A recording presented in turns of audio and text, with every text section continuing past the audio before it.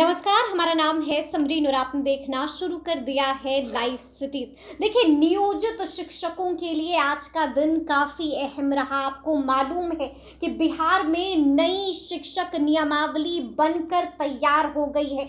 यानी कि आपने देखा कि नियोजित शिक्षकों को जिस पल का इंतजार था वो पल आखिरकार आ गया है और नई शिक्षक नियमावली बनकर भी तैयार हो गई है। उसका पहला ड्राफ्ट भी आ गया है। देखिए, पता चल गया है कि आखिर नियोजित शिक्षकों को राज्यकर्मी का दर्जा कैसे मिलेगा। पता चल गया है कि उन्हें एक विभागीय परीक्षा देनी होगी और उनके पास इसमें पास करने के 3 मौके होंगे। लेकिन अगर तीनों बार कोई असफल रहता है तो आपको मालूम है कि उन्हें सेवा मुक्त कर दिया जाएगा। लेकिन अब नई शिक्षक नियमावली जब आई है तो आखिर इसके अंदर क्या कुछ दाव पेच है, क्या कुछ खास है, इसके बारे में हमने भी सीनियर जर्नलिस्ट लक्ष्मीकांत सज्जल जी से बातचीत की है और जानने की कोशिश की है कि आखिर इस नई शिक्षक नियमावली में क्या कुछ खास है। तो जरा सुनिए उन्होंने क्या कुछ बताया है। नमस्कार लक्ष्मीकांत सज्जल जी, समरीन बात कर रही हूँ लाइव सिटीज से। जी स्वागत है।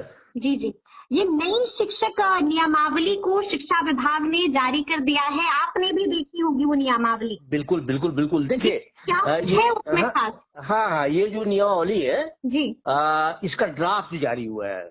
ठीक है। और इस ड्राफ्ट पर जो भी इस नियमावली के दायरे में आने वाले हैं जी, उनसे सुझाव मांगे गए हैं। हम्म, सुझाव के लिए उन्हें हफ्ते भर का समय दिया गया है बिल्कुल। कि हाँ, और इसीलिए ये शिक्षा विभाग की वेबसाइट पर अपलोड कर दिया गया है। इस नियमावली में 2 बातें खास हैं। ठीक है सबसे बड़ी बात ये है जी, कि इस नियमावली के तहत शिक्षक राज्यकर्मी बनेंगे, नियोजित शिक्षक राज्यकर्मी बनेंगे। ठीक है। सिर्फ नियोजित शिक्षक ही नहीं, नियोजित शिक्षकों के साथ ही नियोजन इकाइयों के पुस्तकालयाध्यक्ष और फिजिकल टीचर भी बनेंगे राज्यकर्मी।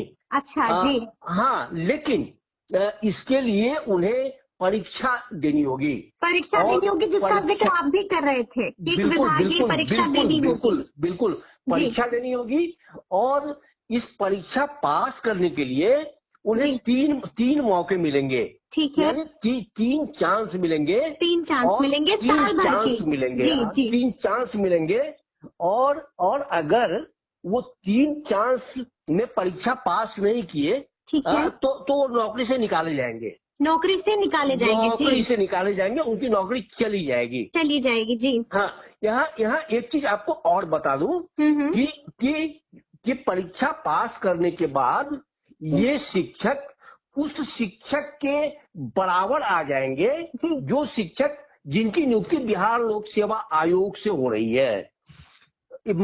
यानी ये शिक्षक भी जिला संवर्ग के शिक्षक हो जाएंगे। और लेकिन इनका भी पे स्केल वही होगा जो बिहार लोक सेवा आयोग से बहाल होने वाले शिक्षकों का होगा। लेकिन इनको पे प्रोटेक्शन का लाभ मिलेगा, इन्हें वेतन संरक्षण का लाभ मिलेगा।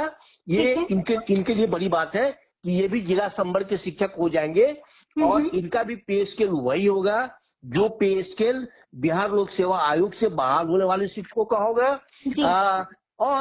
और ये शिक्षक कहे जाएंगे विशिष्ट शिक्षक कहे जाएंगे। ठीक है। और जैसे जैसे ये शिक्षक इसीलिए इस नियमावली का नाम दिया गया है बिहार विद्यालय विशिष्ट शिक्षक नियमावली 2023। तो दोनों 2 नियमावली हो जाएगी। ठीक है। वो जो बिहार लोक सेवा आयोग से जो बहाली हो रही है उसके बराबर इसी नियमावली के तहत ये शिक्षक आएंगे। और इस प्रकार हम देखें तो शिक्षकों की जो बहुत बड़ी मांग थी कि राज्यकर्मी का दर्जा मिले, तो राज्यकर्मी का दर्जा देने को अब ये प्रक्रिया शुरू हो गई है।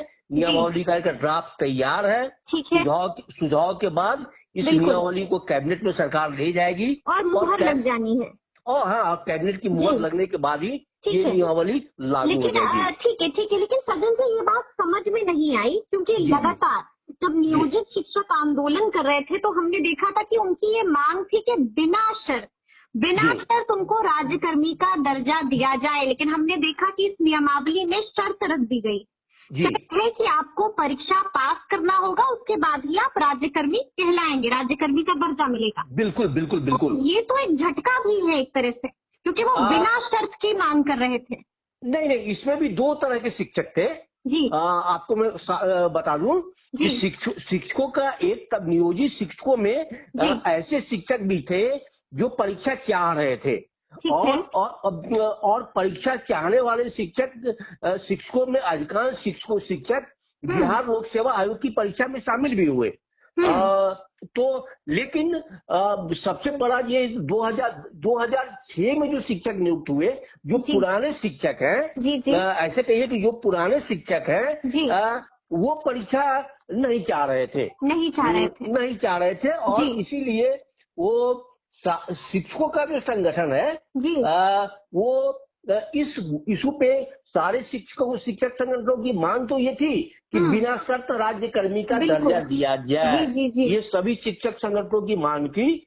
लेकिन इंडिविजुअल अगर टीचर्स पे आए, तो जो टीचर एसटीटी से आए हैं, टीटी से आए हैं, उनमें अधिकांश शिक्षक ऐसे थे जो इस बात का मन बना चुके थे कि भाई हमको राज्यकर्मी, हम अगर सरकार चाहे तो इसके लिए हमारी परीक्षा भी ले सकती है। तो ये है, मायूसी उनको हाथ लगी है जो बिना शर्त चाह रहे थे। हाँ हाँ, ये है, उन्हें झटका लगा है। जी। इसमें कहीं से कोई दो मत नहीं है। ठीक है ठीक है।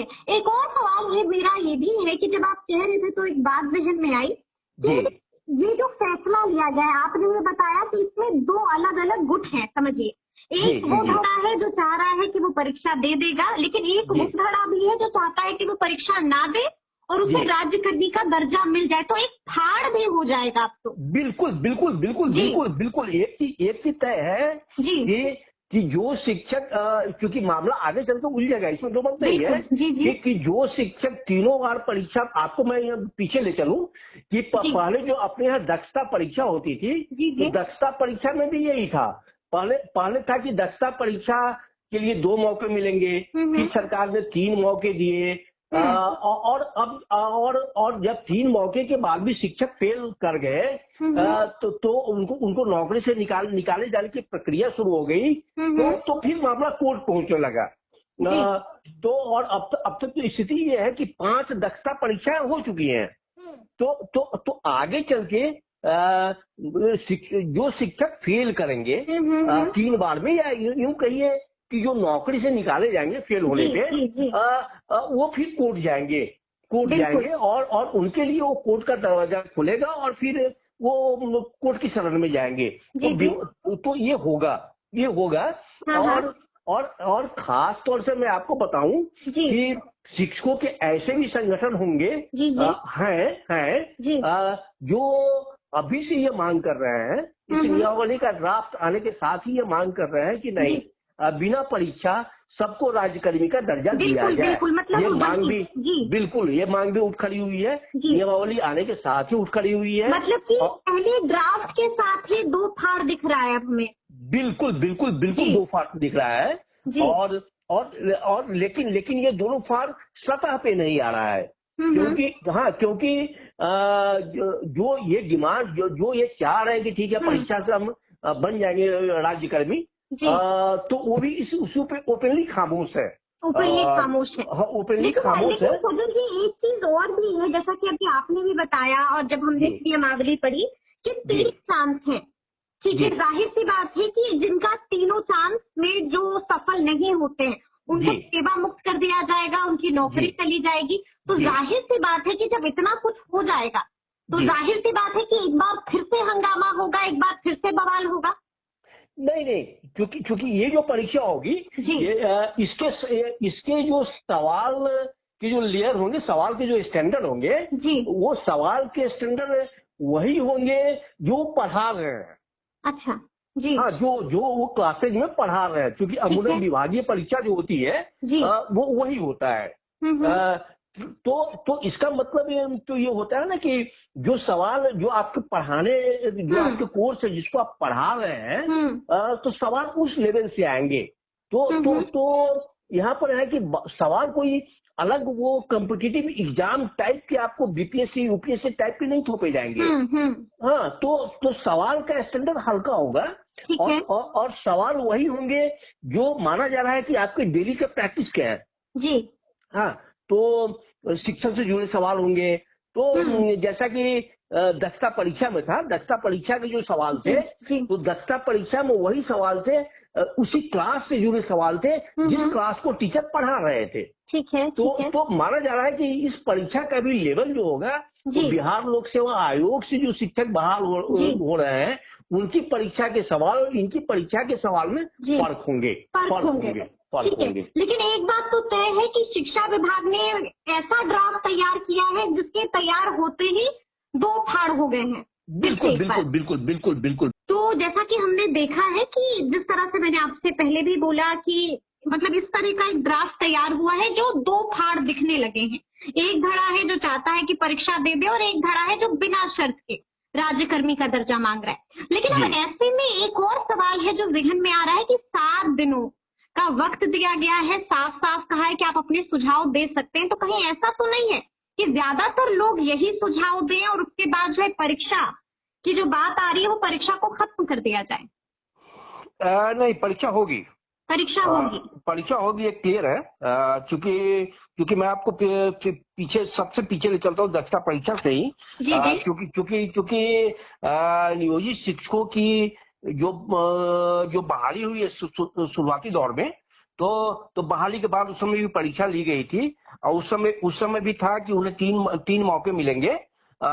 तो इसलिए परीक्षा होगी और ये बात सही है कि परीक्षा को लेके शिक्षकों का 2 धारा जरूर हो गया है। लेकिन वो जो परीक्षा वाला धारा है वो खुल के सामने नहीं आएगा। अच्छा, वो खुल के सामने नहीं आएगा। खुल के इसलिए सामने नहीं आएगा कि अगर कोई भी संगठन खुल के सामने आएगा तो उस संगठन के अस्तित्व पे ही खतरा मंडराने लगेगा। अच्छा। तो ये शिक्षक संगठनों की मजबूरी होगी कि या शिक्षकों की मजबूरी होगी कि भले ही वो अंदर से चाह रहे हैं कि परीक्षा हो जाए, लेकिन खुले तौर पे अपने संगठन को बचाने के लिए वो एक कदापि नहीं बोलेंगे कि परीक्षा कि सबको दर्जा नहीं मिले। तो वो परीक्षा के विरोध खुल के नहीं करेंगे। अच्छा, खुलकर परीक्षा का विरोध नहीं करेंगे। बिल्कुल। एक और सवाल ये हम आपसे जानना चाहेंगे कि संख्या क्या होगी। जैसा कि आपने बताया भी कि पुराने लोग जो 2006 में बहाल हैं वो वैसे लोग हैं जो नहीं चाहते हैं कि वो परीक्षा दें। बिल्कुल, इनकी संख्या 2 लाख से ज्यादा होगी। 2 लाख से ज्यादा होगी, यानी कि मेजोरिटी ये चाहते हैं कि बिना शर्त उन्हें राज्यकर्मी का दर्जा दिया जाए। बिल्कुल। और ये सबके सब पुराने शिक्षक हैं।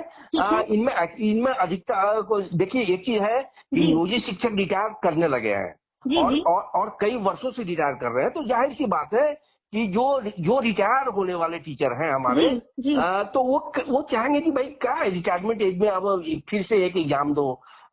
तो फिर ये है, उनके साथ भी एक मजबूरी है कि ये है। तो ऐसे पुराने शिक्षक ही जो टीचर टीईटी और एसटीटी पास करके आए हैं, वो एग्जाम देने को मेंटली प्रिपेयर है। लेकिन उनका भी कहना है कि नहीं, सबको बिना शर्त मिले, बिना शर्त मिले। तो यही है, स्थिति यही है। जी, एक आखिरी सवाल आपसे जानेंगे कि आपने भी नियमावली पढ़ी होगी, क्या आपके तरफ से कोई सुझाव है?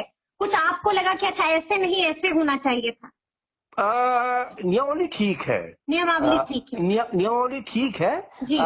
लेकिन इसमें जो टीचर रिटायर कर रहे हैं ना, या इसमें एक कंडीशन होना चाहिए था कि एक कट ऑफ डेट होना चाहिए था कि रिटायरमेंट डेट को लेकर कि जो शिक्षक 1 साल 2 साल या 3 साल के अंदर रिटायर करने वाले हैं उनको परीक्षा से मुक्त करना चाहिए था।